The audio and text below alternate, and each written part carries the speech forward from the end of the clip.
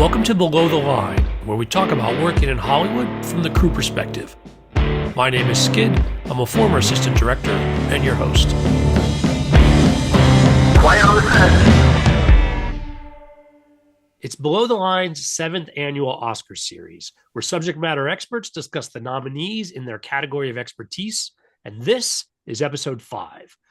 Listen to the podcast or watch us on YouTube. Either way, I'm glad you're with us. Today's category is Best Animated Feature Film.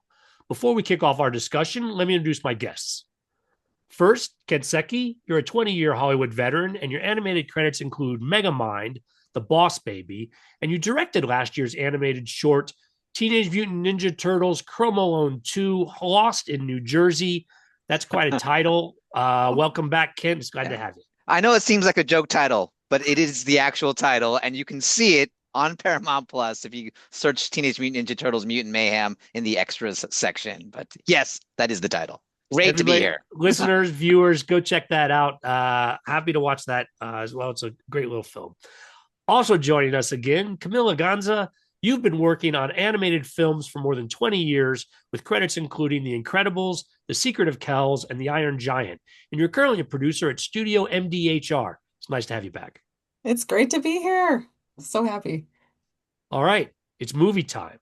This year's nominees for animated feature are Arco, Elio, K-pop Demon Hunters, Little Amelie or the Character of Rain, and Zootopia 2. We're going to discuss them in that order, and spoilers are possible, so consider this a warning. When I introduce each film, I'll also recognize the nominated team by name. Please accept my apology in advance for any mispronunciations. My guests, of course, are also welcome to correct me. First up, Arco, and the nominated team is Hugo Bienvenu, Felix de Givry, Sophia Mas, and Natalie Portman.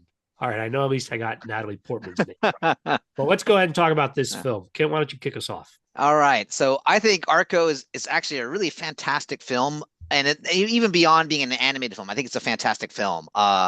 It is a sci-fi film and a very interesting sci-fi time travel movie where the time traveler starts way in the future in like 2932 and then goes into the past, but into our future, which is 2075. So I think that's already an interesting twist in sort of the time travel genre. It's made by in France by a Frenchman, Hugo Bienvenu, and it's his directorial debut. So first time director. He's an illustrator, a graphic designer, and the story of how he made the movie is actually also very interesting. He drew 10 to 20 illustrations that was the story of the movie, and based on that, he started expanding into full storyboarding, and he storyboarded himself for 3 years before he even had a script. So he works visually, and then he partnered up with Felix, who wrote the script based on the storyboards. And then they self-financed and hired 3 people to make a full-length animatic to get the money to make the movie. So if you think about that, and I think that's probably somewhere in that process is where Natalie Portman got involved. It's actually an extraordinary movie. It's beautiful. The technology in it's interesting, and it's an optimistic movie that has environmentalism in it. It's a really weird, I mean, like, and I say weird, I mean like just unusual look at the future. Even when they travel back into the quote past, it has this technology, it has these moments where you realize robots and AI have taken over, but in some semi-positive way. They become caregivers and teachers and policemen, and the parents of it's centered around kids. This kid Arco, who wants to time travel, too young, and he eventually time travels into the future or the past, and he meets another kid his own age, and they try to get him back to the future. Sounds familiar. Mm-hmm. And the kid's parents are all not there because they're working in the city and they're surrounded by natural disasters. But the cities that they live in have all these technology and safety things that prevent the cities from burning down. And it has a very idealized version of what happens in the future. And I just think that was already an interesting take on what the future is going to be. And it's beautiful, 2D, hand-drawn.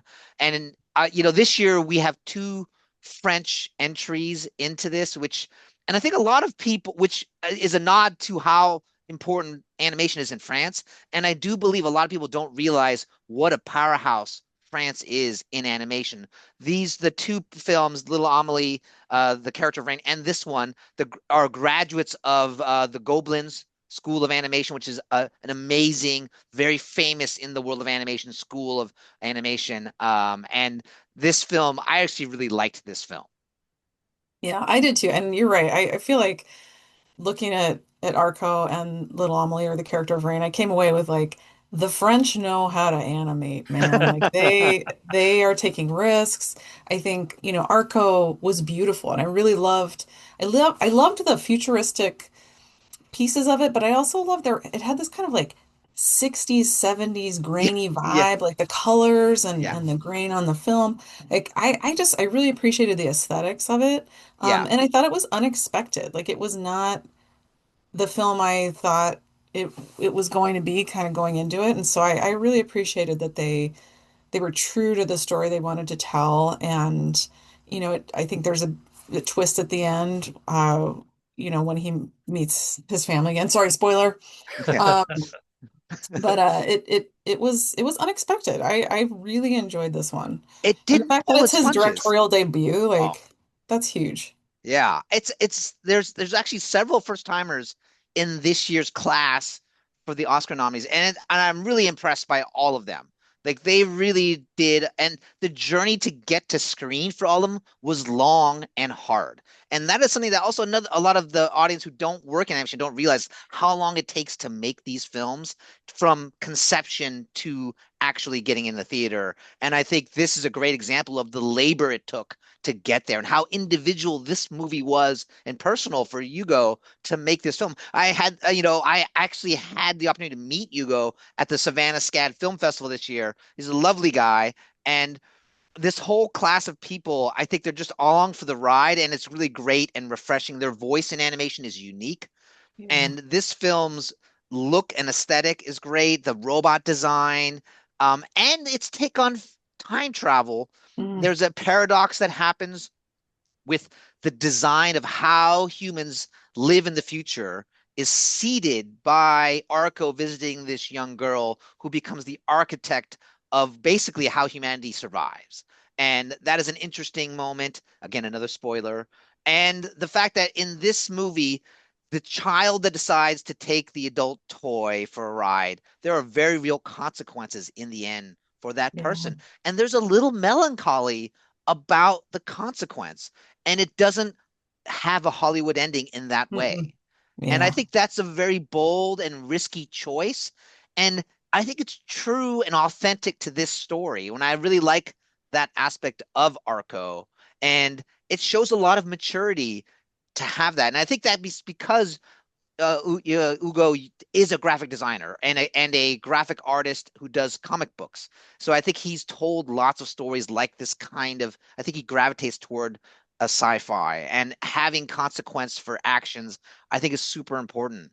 And there's a lot that happens to the robot, Mickey, who's very charming, I and loved the robot. the robot's great. Like you I want that loved it. robot. Usually you hear this feature like the robots are doing all these chores, and you're like, oh, that must be terrible.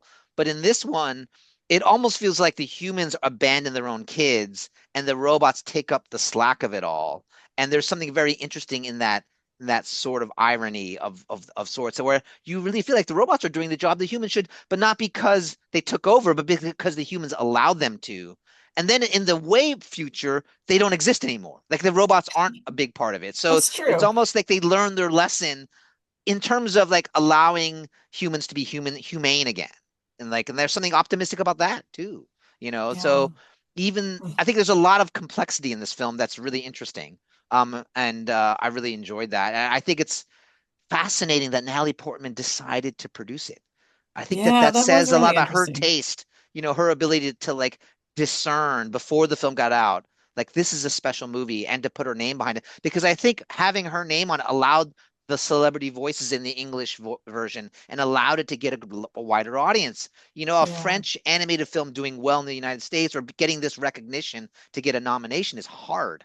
And Yeah. I think Flow last year which we talked about, opened the door for this indie animation group, and I'm encouraged by that. Usually, indie animation will exist at the Oscars only in the shorts category, but I think with Flow, that was the breakthrough that indie animation was looking for, and the fact that Arco is in this list as well as Little Amelie is a legacy of Flow.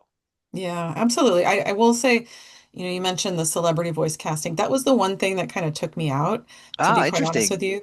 I love Will Ferrell, but I just felt a little thrown off by Will Ferrell and Adam Sandberg being cast in the movie because Interesting. they're so recognizable. Yeah, Hmm. yeah, And those characters are so wacky. So that was for me, I kind of wish they had gone with like lesser known actors, but I know, that that brings people in, that brings people to the yeah, theaters. yeah. Um, but for me personally, I was kind of thrown off by Interesting. that. Yeah. Yeah, I was okay with it, and I thought they were fine. And actually, those characters were pretty funny. They play Yeah. these conspiracy theorist characters, trying to figure out what Arco's from the future. They sort of know it and trying to uncover it. And then in the end, they help them. So, which is really Yeah. nice. It was a It nice was a moment. good twist. I like that. Yeah, yeah. Now, this film is currently in theaters, and if you go to the theater, you're going to get the English dub version. Do you think when they release it, I don't know that it'll have the original French when it's streaming? That's a good. Or Kent, did you have an opportunity to listen to it in French? You didn't. It No, was not when they. I saw it with the English with the English voices. So I don't know what it's like in the French version. Hmm. So it would be interesting to sort of see Yeah. that. Yeah. Yeah. Well, you mentioned Little Amelie, but we've got a couple of films to discuss before we get to that film. First, Elio, Madeline Sherifian. Sharafian? Thank you. Domi Shi, Adrian Molina, and Mary Alice Drum. Yeah. Yeah, great. Well, so Elio, it's the 29th feature film from Pixar. So, they've been doing this for a while. I think their 40th anniversary was 2 days ago, by the way. Wow. Yeah. So still a young studio, but that's a 40 years. That's chunk of crazy. time. I Yeah. know. I know. But it's interesting because this is one that really struggled to find its audience when it came out. It was the lowest box office of any Pixar film so far, which is huge. It did find its audience on Disney Plus, but it's one that really kind of struggled to get out the gate. And I think there was a lot of press around it. Adrian Molina kind of came up with this idea. He pitched the idea, and he was the original director, and then was replaced by Madeline Shraffian and Domi Shi. And so there was kind of this tumultuous behind the scenes thing happening on this film that I think kind of radiated from the core. Hmm. There was controversy about it as well, just about the character of Elio, because there were some folks that uh, had mentioned that he was originally kind of a queer-coded character in earlier versions of this film. And then that has been kind of taken away. So the final film doesn't have that in it at all. Um, so it was controversial. This was kind of a controversial film. Creatively, I think for me, I think it looked really nice. And I don't know how you can not have a beautiful looking film from Pixar. I mean, Like, it's kind of hard to yeah. if a film falls out of the Pixar tree, it's going to look great. Yeah. Yeah. I mean, these are artists at the top of their craft. They know how to make things look amazing. Yeah. And so this film was Harley Jessup, the production designer. It was his last film before he retired. And so Wow. I feel like he really put a lot into it. I was reading about kind of their visual development process and conceptual process, and he came up with something they called the college method, and it was really experimental. And so I feel like because it's on the earth, because it's in space, like they really kind of went in to try different things and make the look, different and organic and futuristic, but still grounded in the earth. So I think you can see that on the screen. Story-wise, this one was a little bit more of a struggle for me. I didn't connect with it as much. And I think I really noticed that at the end with Carl Sagan's voice. I was kind of taken out like, oh, it's Carl Sagan. Um, like, Maybe where's younger this? audiences who don't know who Carl Sagan is wouldn't be taken out. No, I know. Well, but for kids, I'm like, I don't think the kids are going to wonder what is this voice coming He out of has a nowhere? very he does have a very distinctive voice, He Carlson. does. Yeah. Um, but I'm a Do sucker for you? those space films with kids. I'm the Flight of the Navigator and the Last Starfighter, like those kind of Yeah. films were things that I grew up with. And so I really, really wanted to connect with this more than I did initially. But I will say, like, I think it's beautiful. And I really congratulate, the directors, even though there might have been some tumultuous things happen behind the scenes. I think they ended up with a beautiful looking film. Yeah. I think, it's one of the things in animation that people don't know outside the industry is how often directors are replaced. It is Hmm. actually a frequent Yeah. occurrence, more than you think. And the joke is if you're the first director of a film, like, oh, look out, you're probably not going to make it. And so there have been several films that I've worked on where the director was replaced or changed out.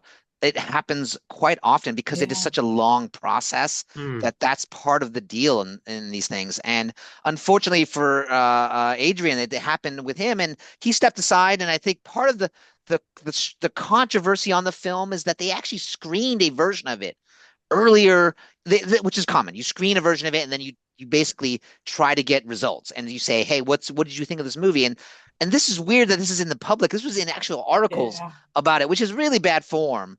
But for the people that leaked this information, but apparently it screened very well. That people loved the movie. But then when they asked the question, "Would you pay to see it?" Nobody said yes, and that's I think caused a bit of a panic Hmm. at the studio, which made them say we need to make some changes. And if you're the director of the film, like you don't want to change. If it shies away from your original vision of it, it can be very challenging to recalibrate towards something new. And I can relate and feel sorry. I feel very badly for Adrian on that front because it is your baby along the way, and you don't want you have certain goals and certain values in it, and it's hard to make that adjustment. But and at the same time, it's a credit to Domi and Yeah. to and the other co-director for being able to take that material and recontextualize it, and then bring the crew together who will always be devastated when a director is replaced, and then rally and make the film. So I think that like there's still positive in all of that happened that I think you really have to sort of recognize. I think Domishi, Oscar winner for Bao, also directed Turning Red. So she has Hmm. really cemented herself as sort of a creative force at Pixar. If they felt strongly about bringing her in to help, steady the ship here Yeah. and to Hmm. restart on this movie, which isn't and by the way, it's not 100% restart. You cannot all of a sudden throw everything away. You have to keep certain blocks of it. And so that's also a challenge. So it Yeah. takes a very experienced person to be able to say, here are the things I can change and here are the things I can't. And I think that is a testament to her skill as a director to be able to sort of go ahead and do that. So I think that all of that is impressive to me, Yeah. and I see that in the film itself. I was going to mention too, I really liked the orchestrations. Rob Simonson was a first time um, he composed the score for Mhm. this film, and it stood out. It was different, Mhm. and so that was just something that I really enjoyed with this film as well. But yeah, they make beautiful films. Mhm. I think Pixar has gone through, lots of different changes over the past decade, and they're still kind of figuring out the path forward, but I think they're, going to continue to make beautiful films. Yeah, So I'm looking forward to what's next. they have Hopper coming out this year, which looks really fun and has been Yeah. tracking well. Which that's media. It's industry speak for it looks like it's going to make money at the box, good money at the box office. Uh, They have Gato, which is their first non-photo real sort of 2D 3D hybrid show that I'm looking forward to. That's coming out after that. hmm. Yeah. Yeah, I think there's and they still push the technology. Like for example, in this film, they shot with virtual anamorphic lenses, which is technically extremely challenging Hmm. for an animated film to do, where you're like simulating the distortion, the squeeze, de-squeeze of a anamorphic lens. And for those of you who don't know what anamorphic is when you use the full film gate that's open.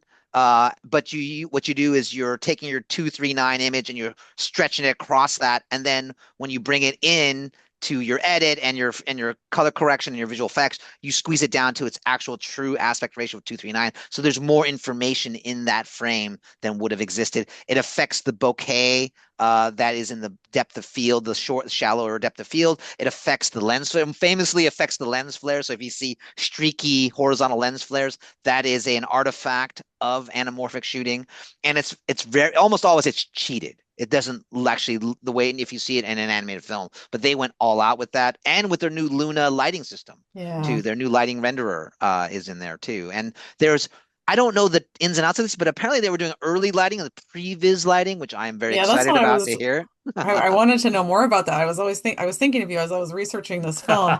Yeah, Because it did seem like that the Luna light set would allow them to have like almost final lighting in those initial yeah. camera setups, which I think that must have been I'd be amazing. excited to see that tool set, put it that way. I I'm think so. sure.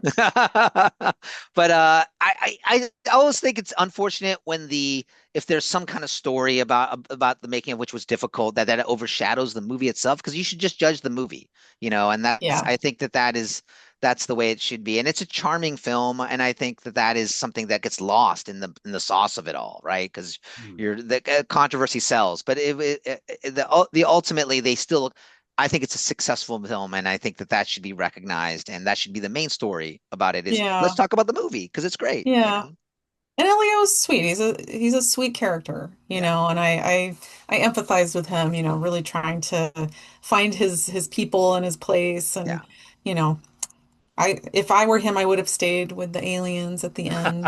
Oh yeah, Which the just Communiverse. I think the yeah. Communiverse is pretty cool. The design of that, the alien design is cool. Like it's very untraditional alien design in there, like more of a insect caterpillar design, which is really cool. Yeah. Yeah, They're fun. yeah, and I think that the bones of this idea of like finding your people, that's Mhm. still in the movie. That was originally in Adrian Molina's version, where he found it at art school. Like that was his Mm, analogy for when he got to art school. So I think it's still there, even if it's not exactly what he imagined. I think Madeline and Domi paid tribute to that in this film. So yeah. Yeah, I agree.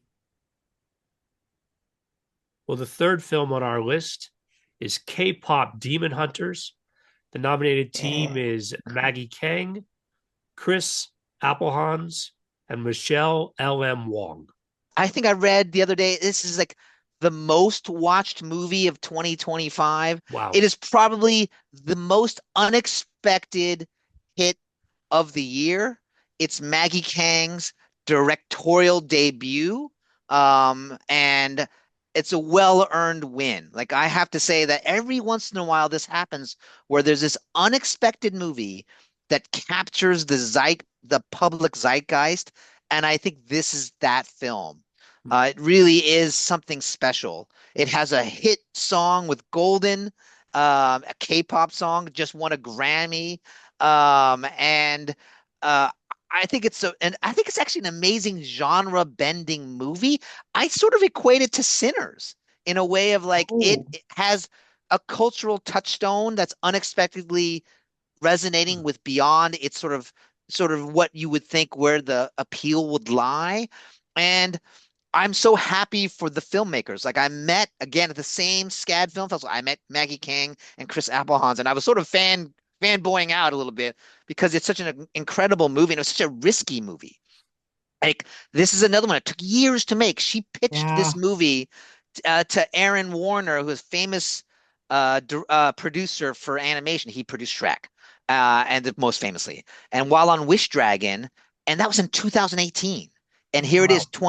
2015 when it came out. So it took that long for it to like 2025, Ken. gestate Just and come out. Oh yeah, Yeah. 2020. I'm sorry sorry, to correct you. Just 2025 you for it to lost a come out. decade Sorry, there, and I lost a decade somewhere you're there. still caught in that time travel. You got kind of an Yeah, Arco thing going yeah, on. yeah, yeah. The Arco thing's happening to me, but like it's amazing to think 7 years, and in Yeah. that 7 years, I know for a fact because there's stories about how difficult that show was at times, and Mm. like how they had to reset a few times, and I'm sure there was doubts about lots of things in that film, and that the filmmakers stuck to their guns to make it authentically Korean, and I think that is the power of cinema is to take a different culture, a thing that I have no interest in my sort of personal life in K-pop, but I loved this movie, and I felt it was a really interesting, fantastic film. And it should be noted that it's a Netflix film, but it was made by Sony. Mm. So Sony Pictures Animation has a deal with Netflix. So it it came through the Sony pipeline. And that is something that I want to sort of put out there because that should be, they deserve a lot of recognition for this.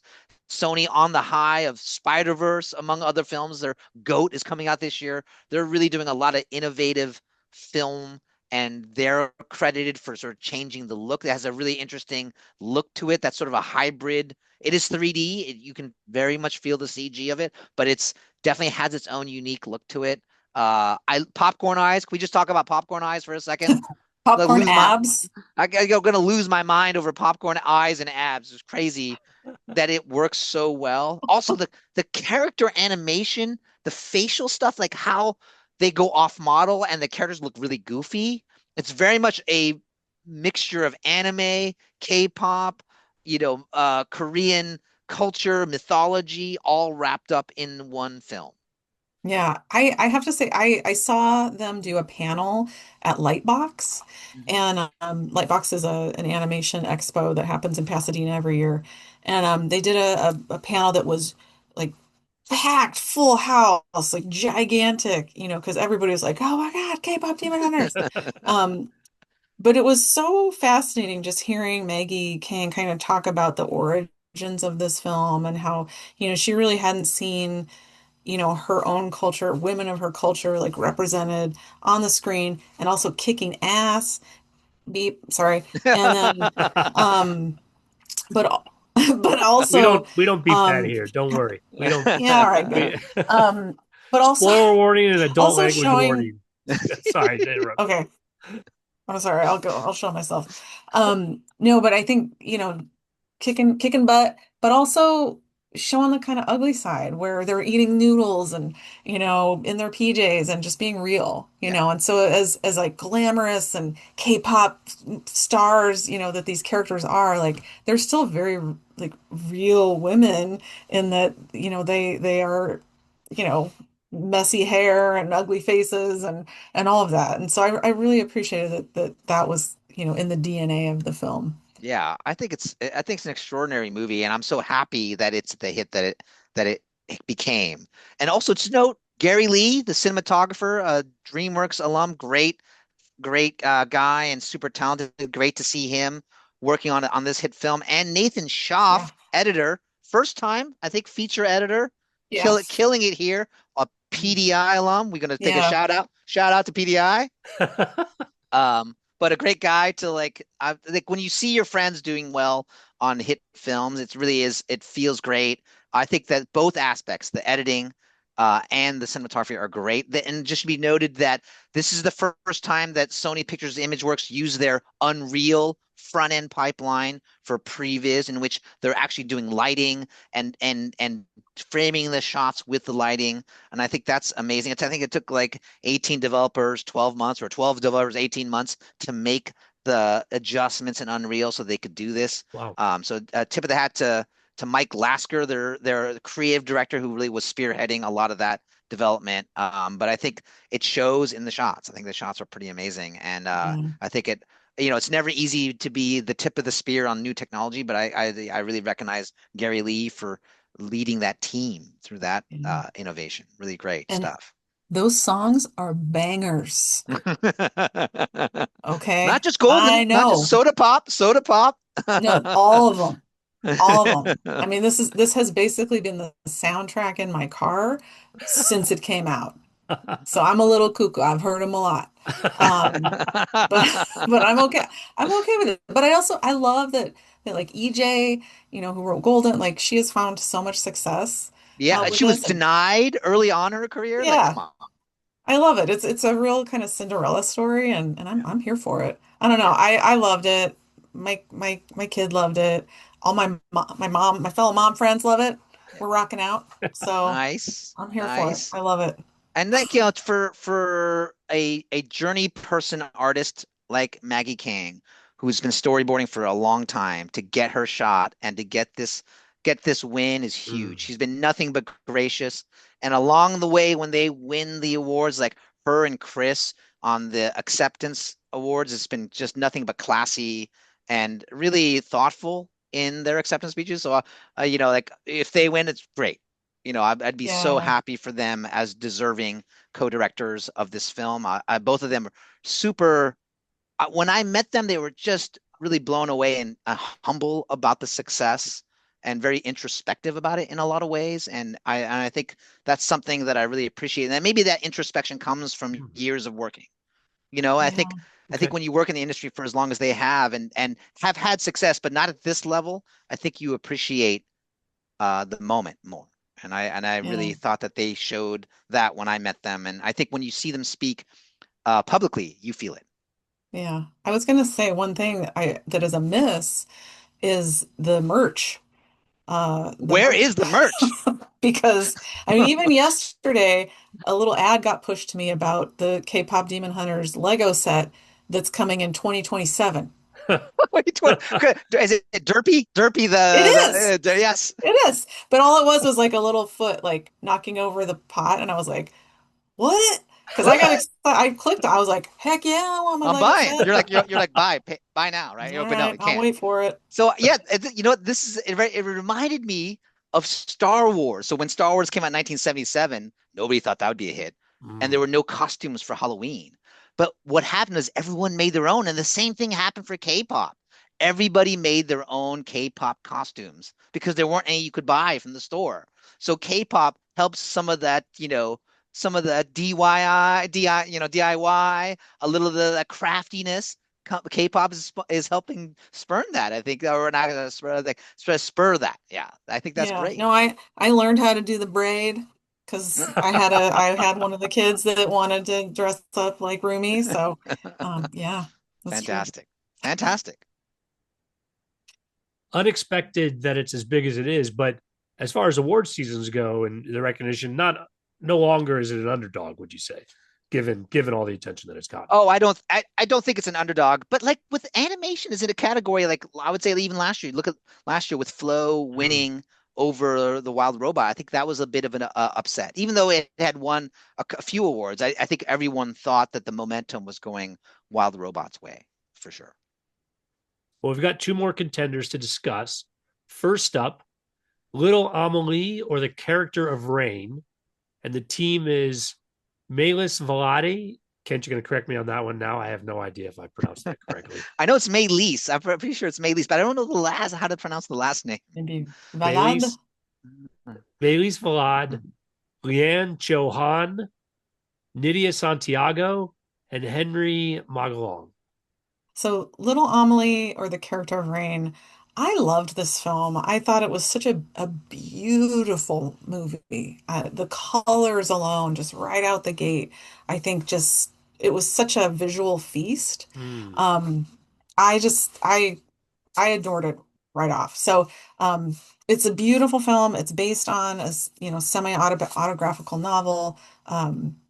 That Leon Chohan read when he was 19, and it really stuck with him.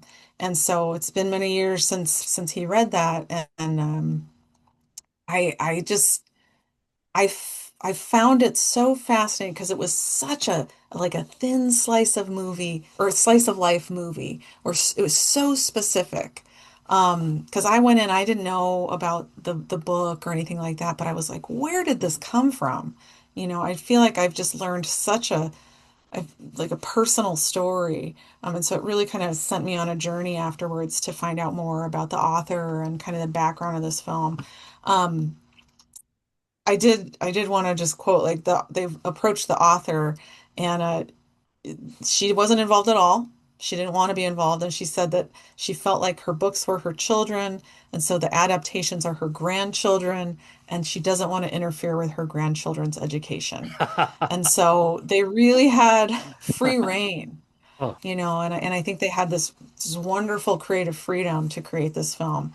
Um, I I wanted to just say right off, the production of this film, they spent a long time working on the script and writing it, but from the start of production to delivery was 14 months, which in the world of animation, It's that impressive. is bananas. Like that is amazing.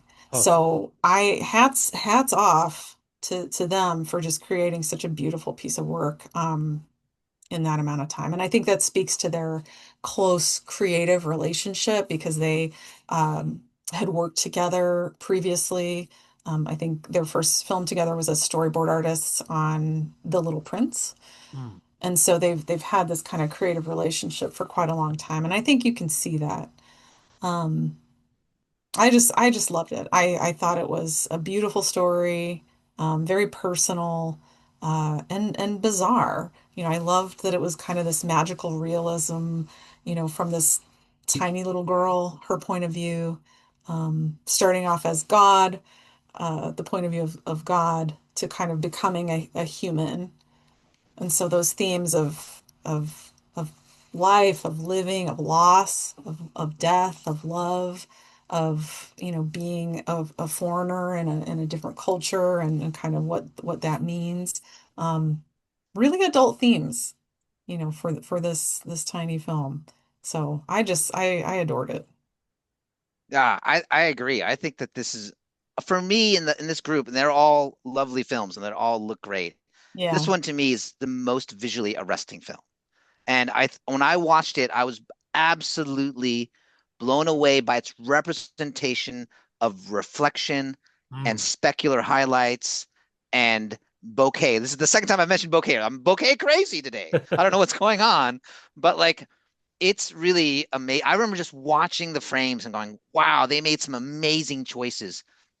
The fact that like it's 2D but there's no outline on Yeah. the things, like it just makes the colors blend in a way visually that when you put two colors right next to each other, it has an effect. And it sometimes it creates a shimmering, sometimes it conflicts, sometimes it's it's complementary. There's all these things that it can do, and they really went to town on that. And I think that the artistry there is absolutely phenomenal. And this is of all the films in the list, like this is the one that makes the best argument, and you will hear this a lot in the world of animation, that animation is a medium, not a genre. And I think this is one where it's like it uses it as a medium in the sense that like the story is not an easy story. It's a very adult story in a lot of ways. Um, it has a first person narrative that changes in a weird, like it starts off stating that the person is God, and then it becomes a human character, a more realized human character. And like that choice is an interesting choice. The choice to portray death in a family is a choice. The fact that the relationships are not easy and they're messy between the adults that you Mhm. see in that are featured there that are confusing for the child are interesting to me. The idea of what happens in a post-war culture and the resentment toward the winning side living there, those are interesting, hard choices. Like, or that you don't like family members for a while. Like all of this kind of thing that I think tends to be glossed over in a lot of animated four quadrant fare is here packed into this film. And I really appreciated it for those qualities. Like, Yeah. and there was something about it that's sad for me in the sense of like you think back to your life during the formative, your really early years, you don't have any memory of them, like of some of the people that were Mm. so important in your life when you were that young. You were 3 years old, 4 years old, like they're gone and they're just the wisps of memory in your life. And I think it touches on some of those things as well. And at least it reminded me of the impermanence of your memory and trying to recall those parts of your life. And I think it's very effective in that Yeah. way of storytelling. And I really liked it because of that. Yeah. I agree. I agree. I think the memories, but also I was really struck by the wonder of seeing life through a child's eyes, Yeah, a really young child's eyes, and just how they focus on these tender little moments with the top or just yeah, nature, just following something, and you just realize as an adult, like you don't take that time all the time to yeah, see those little details, and yeah. it was really striking, I thought, in that film because it was like that feeling just kind of came back. And I just thought that was beautiful. Yeah. And that idea that like you don't understand when something bad happens. Like there's it's incomprehensible to a child. But as an adult watching it, you you ache for that. You ache for the child to have that moment where they're like, oh no, something terrible's happened, but they can't comprehend. They're like, what do you mean I'm never going to see that person again? Like, how does that work? And like I think that there's something very interesting about that concept, and they did a great job exploring it. I was really blown away by the movie. It was unexpected for me. I think again, the two French films were the films that I was that I just was not ready for in when I was watching, that were the most maybe unexpected in a way, that I find fascinating. And it's again the artistry of the French, like really, Yeah. like really, it's kind of on full display in this year's nominees. Yeah. I mean, I think it speaks to European animation and that you have so many smaller studios and just so many schools still supporting the arts, that stories are able to grow and become films, on small budgets and Yeah. kind of different looks stylistically. So I applaud. Yeah. I mean, the French know what's up, but I think it's I think it's just Europe. I think it's Europe. Yeah. It's another long gestation to come to screen before it got into production. Mm. Like it just a testament to like the amount of endurance, about creative endurance you have to make an animated film. And I think that's one of the qualities you have to have as a director in an animated environment, is to have a lot of creative endurance to like see it through, to be willing to like withstand all of the no's and all of the setbacks along the way to see it to fruition. It's a lot. And that's A why I marathon. think animated films are so special, because it does take that kind of time. This is a beautiful film to look at. I'm having a hard time figuring out what Lego set's going to come out of it, though. I'm not sure how how it's going to translate to the. Camille, did your daughter like this one as much as K-pop? Is there going to be costumes next year, or No costumes, but I will say I had asked her, I said, well, which ones do you want to watch with me? And she really wanted to watch this with me. yes? And we watched it, it's in French. But she really enjoyed it, and I asked her, I said, well, what do you think? What do you think is gonna win? I 100% expected her to say K-pop, but she said Lil Amelie. So who Oh. knows? I don't know. She's 11. Let's see. Um, but that From the said, mouths of babes, from the mouths of babes. yeah, I don't know. All right. Well, we'll get her in that fourth seat next year with us. We can she can Great, great. prognosticate here on the show. She will tell us we are all wrong. Is what she'll Yeah, do. just stop talking. All right. One more film to dive into. That is Zootopia 2. And the nominated team is Jared Bush, Byron Howard, and Yvette Marino. All right. So this is the only franchise film. I mean, K-pop will become a franchise, but literally is the only franchise film in the list. So we should talk about that a little bit, because that means that you have a legacy, you have characters that have already pre-established, and you have the difficulty of making a sequel. And people ask me about sequels. They're like, "Well, a sequel must be a lot easier." And in some ways, sequel's harder. Hmm. You come in with all these expectations. You come in with baggage from the first film. You come in with characters that have been healed in the first film that now you have to break in the second film in order for them to go on a journey. I heard Pete Docter talk about this phenomena. Pete Docter obviously didn't work on this, but the idea of a sequel is hard because you have to re-break your characters. And Mm. so the two main characters end the first film, as friends and buddies, and they have to now break them apart, which is literally what happens in this film. And I think it's hard to do it in an authentic manner. So that's a challenge for the filmmakers to do. But they have answered the call, because it is now the biggest domestic animated film ever made, I think, and the second biggest film of last year, and it's second in both categories to Neza 2, the Chinese animated film, the Wow. smash worldwide hit. And I know all of our viewers here have watched Neza 2, and why isn't that on the list? But Neza 2 is the Chinese film that is the biggest box office film of all time. But not to diminish what Zootopia 2 did here. It came out in Thanksgiving. It is still a hit now, still in theaters now as we do this podcast.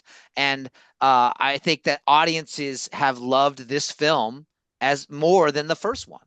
and it has a 91% rating on our Rotten Tomatoes, 74% on Metacritic, and it's made, was it 158 million, 160 million Thanksgiving opening weekend. So it's done fantastic. It's a very successful film. I would say that it looks expensive. And when I Yeah. say it looks expensive, that, somebody may ask, well, what do you mean by that?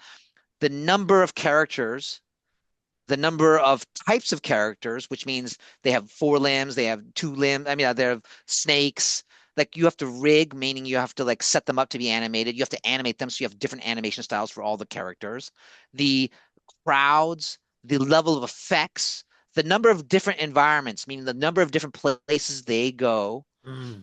which means there's that many more lighting setups, that many more things that you have to create for a film. This has the most world building of any of the films being nominated right now. It feels like there were no limitations, even though there probably were, put on the filmmakers to rein in the scope. It is the biggest scope film of the ones listed. It is a classic Disney film in that way, that like it's pushing the envelope of like, what can we get on screen in the time that we have? This film has all of those things. So it's admirable for all of those qualities for sure. It is a test of the Academy to see which of all of the films will they go for, the one that everyone has seen. That this one, with the box office being so large. Now you could Mhm. argue K-pop had a bigger audience because it's done the Netflix thing, and by whatever tracking method, apparently it is the most watched animated film. But it's an interesting comparison between them all. It is a classic Disney film to me. The character as a Judy Hopps is for sure, and Nick Wilde. So that's Jennifer Goodwin and Jason Bateman's characters are now considered classic Disney characters. Mm. Yeah, they were fun. I loved the kind of heist, the adventure of traveling to all these different locations. But yeah, you were right. Like they go everywhere. Like all like all They kinds don't of it's not like, oh, let's go the easy route. They went the hard route to every place. yeah. Yeah, for real. Like I think my favorite one was kind of the swamp. That place. I was like, okay, Yeah. I'm here for this. Um but yeah, I'm just thinking of the map and I just thought of this right now. I was like, I wonder if they're gonna have like Zootopia Land. Because they Oh. basically already built it Yeah, in they the film. design it's all So designed already, so they just take that and yeah, put it at Disneyland. So all you got to do, take that, move it over there. yeah. That kind of thing. And I'm sure their art of book is like, you know, Oh, yeah. Yeah. gigantic, Think of just all the with all things they those. didn't use. Like Yeah, Wow. Yeah. probably. But yeah, this was a fun film for me. I did not see the original Zootopia. oh. Unfortunately, I tried to watch it before, but I'm sorry. I think it came out right around the time when I had my daughter, and sorry. Oh, you Um, have some priorities. Is that what you're saying? I just didn't see it yet. We'll watch it. She's seen it. Um, but I thought, well, I want to go in and I fully enjoyed it, not having seen the first one. I think they did a really nice job setting up the story and kind of bringing in the viewer, even if they didn't catch the Oh, first that's one. amazing. Yeah, So, yeah. That's um, good to hear. Yeah. yeah, yeah. And I loved the character that Kehi Kwan played the snake. Like that was really fun. Um, and it was fun. Like that was kind of what I came away with. Like this is a fun adventure. It's This was a fun film to watch. And I think that's why it's been a real hit with audiences because it's just that's what they're hungering for right now, I think. right now the escapism, it has jokes for adults and jokes for kids, right? So that's another classic animation four quadrant formula, is the comedy for both, right? So if you can entertain the kids but then also give the parents and the adults something to laugh at, I think that has been a tried and true formula for sure for years in animation. So and this one checks the box of that category of film, four quadrant, 100% in this sort of grouping of Oscar nominees for sure. Yeah. Yeah, I did feel like it was a little like joke, joke, joke, joke, joke, joke, joke. While I was watching it, there were moments where I wished it would like breathe and trust in their own storytelling. But again, like I enjoyed it, and when we're at the end, I fully enjoyed going on the journey with those characters. So And yeah, good. there's a post credit scene setting up the sequel to this one. So there's more to Yeah. come from Judy Hopps and Nick Wilde soon. Camille, you saying that I'm not sure I saw the original either. but I went into this feeling like I had seen the original. Like I think enough of the original sort of bled out of the movie and into sort of popular culture conversation that like I did not feel unfamiliar with what we were getting into. Oh, interesting. Yeah, the first one was pretty revolution, was pretty groundbreaking, I think. It was really a great movie. I remember when I saw it, I was like, wow, I was absolutely blown away by the first one. What Like year was that that? was, Do you guys recall off the top I of will your go head? back and watch it. I don't know off the top of my head what year Zootopia 1 was. Well, I want to say it was 2015 or 2016. Yeah, you have kind of a marker, right? On Based on Yeah, my time, yeah, yeah, based on my yeah. timeline, but don't quote me on that. Um, yeah, I don't know. I will definitely go back and see it, because I do remember like it was a Yeah, it was, huge conversation starter. I think it had some yeah, it really serious was. themes. Yeah. There was the themes of it were very resonant at the time. I remember that. Yeah. And this one also has very relevant themes Yeah. in it as well. So, uh, Spoiler, the rich people are the bad people. yeah. Huh. What was it trying to Shocker. say? What's it Yeah. trying to say? Quick check for people who are concerned about this sort of thing. It looks like it came out in early 2016. So thanks, Internet. Okay. So All right, There you go. There you put a go. date in that. So that's a long time in coming to get to a sequel. Like maybe they didn't expect it to be quite as popular as it was to wait this long. But she said it takes a long time for these. Yeah. It takes a while to make these films, man. It does. It's a long haul. It's a lot longer than people want to think. Yeah. Unless it's Little Amelie and they completed in 14 months. Yeah.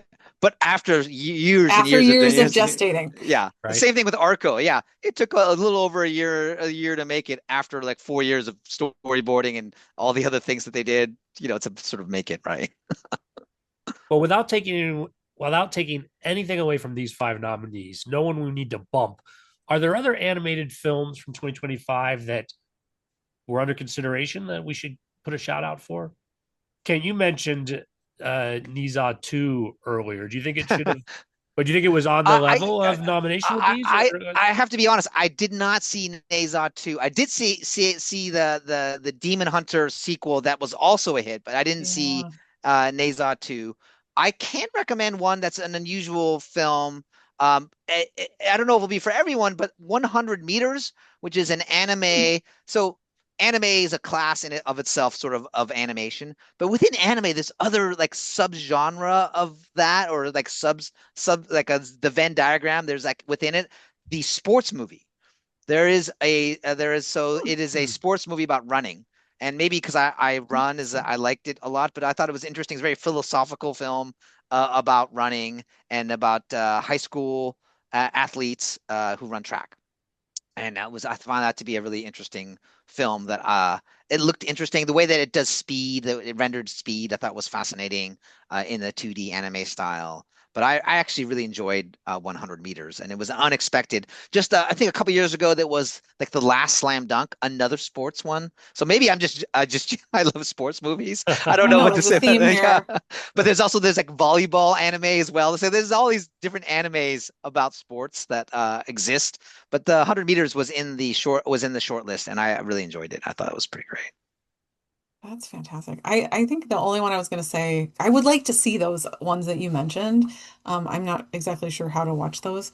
But I think Bad Guys 2. Yeah, Bad Guys 2. Shout out to DreamWorks. Yeah, I think that would have been a nice inclusion in the list. But yeah. That's by the French contingency at DreamWorks. The French. See, once again, we're talking about the French. I think it's a theme this year. All right. Well, on that note, guys, we will call it a wrap. As always, this was fun. Thanks for being here. Thanks for having us. Yeah, it's great. I love this new format. I love the fact it's like I'm hanging out with Camille Leganza and Robert Skidmore in the movie theater. I love it. We're gonna watch the movie back there. Yeah, well, stick around through the credits, you two. Let me get these out. Okay, listeners. Catching you guys up. This is episode 5 of the series, as I mentioned, and we'll be churning out new episodes right up until the ceremony on March 15th. Subscribe now if you haven't already so you catch them all. If you've been watching us on YouTube, I'm especially interested in hearing your thoughts. My email address is skid@belowtheline.biz. That's B-I-Z, and I'm always grateful for your comments. Closing credits, thanks to Curtis Five for our music and John Wan for our logo. The logo is available on t-shirts, mugs, and stickers at redbubble.com. To all of our listeners and YouTubers, I appreciate you. Please rate us wherever you get your podcasts and tell your friends. We'll be back again in 4 days with another episode. Thanks again from Below the Line. Great, you guys. Thanks again. I gotta say, I have a good time doing these, Skid. Thanks for calling me. Thanks for making the call every year. I appreciate it. It's so much fun. Yeah, thanks. Thanks for including me. I really have a good time. This was great, guys. This was great. I wish we were really in a theater. Next year. Someday, Skid. Yeah, that's next level budget stuff. Let me see. Depends how this one does. If they give us more money for yeah. Next year, high budget. We'll see how it unfolds. Take care, guys. All right, thank you.